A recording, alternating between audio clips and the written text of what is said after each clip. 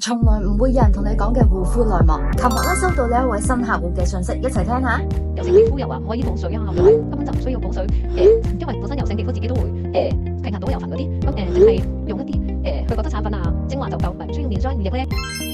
先從呢一個皮膚結構講起先，我哋皮膚主要就係分3層啦，最外邊嗰層咧就叫角質層嘅，咁而角質層咧包裹住有一層膜咧就係叫做酸膜啦，咁而酸膜咧就係可以保護翻我哋皮膚啦，減少外來嘅侵襲啦，同埋做好呢一個鎖水系統嘅，所以如果含水量正常啦，酸膜正常嘅話咧，我哋就會減少咗呢一個酸膜被破壞噶啦。咁角質層咧係有佢一定嘅重要性嘅，所以大家咧唔好亂咁用酸啊或者去角質嘅產品啦。聽到呢一度咧，大家就會知道咧，原來任何嘅皮膚類型咧都係需要用乳液啦同埋面霜嘅。所以如果咧你係任何嘅皮膚類型嘅話咧，都可以選擇一啲乳液類嘅產品咧，對皮膚嚟講咧係非常之 perfect 噶。下次見，拜拜！感謝你 follow 我哋扮靚小姐。